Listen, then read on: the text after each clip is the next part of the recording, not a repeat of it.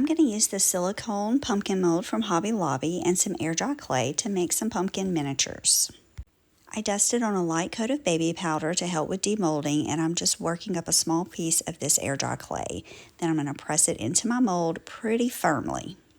I'm going to keep working it in, smoothing it out until I feel like I've got it pressed in nice and tight.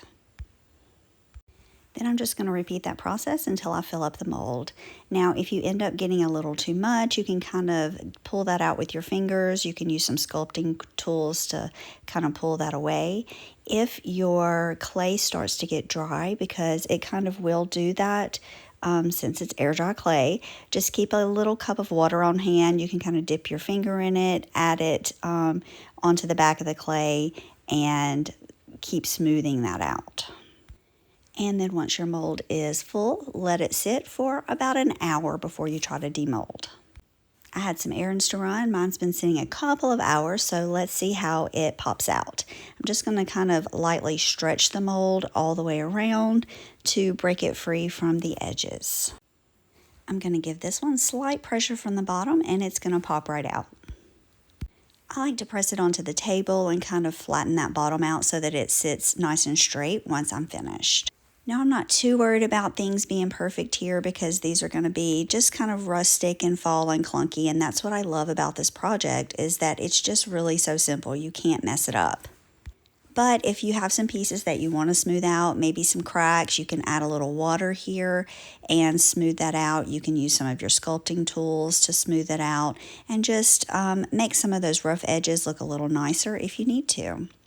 So as I'm demolding, I just kind of roughly go through each piece, give it a quick check, see if there's anything that I need to work on. But overall, they just kind of pop right out. I'm going to give each piece a quick layer of Mod Podge before I start painting. This step is a little more important on the air dry clay than the oven baked clay because it is more porous and it's going to soak up your paint a pretty good bit. Now this step is optional, but I am going to paint on a light base coat of white. This will make my colors a little brighter and easier to blend. And once they're dry, it's time to get creative.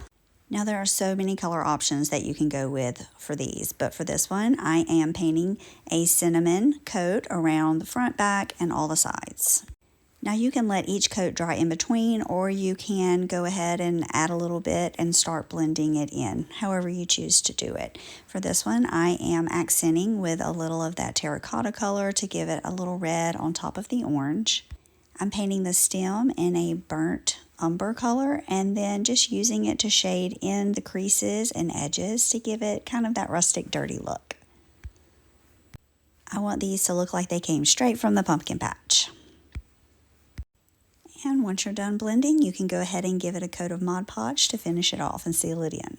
Here's another painting option, and that's just to let it be white. Accent with a little bit of the brown color if you want, and then top it off with some Mod Podge. Here's one that I used kind of a greenscape, bluish green color, and I just kind of dry brushed it in some spots. Some were heavier, some I left that white showing through, and then accented it with the dark brown. And each one will look a little different. That's what I love about this project.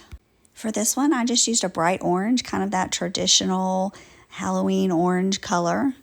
Just gave it a good solid coating of that, and then accented with the dark brown. And if it gets a little darker than you wanted, you can always wipe some of that away, cover it again with some more orange. It's really a work in progress just to get the perfect look that you want. Well, I shouldn't say perfect because these don't have to be perfect. For this one, I'm trying a coat of yellow with a little bit of that green dry brushed on top. I think it turned out pretty cute, and then I'll accent it with the brown. So that's about 5 different color options you can try to give your pumpkin patch a little variety. And if you try this craft, I'd love to see which colors you come up with.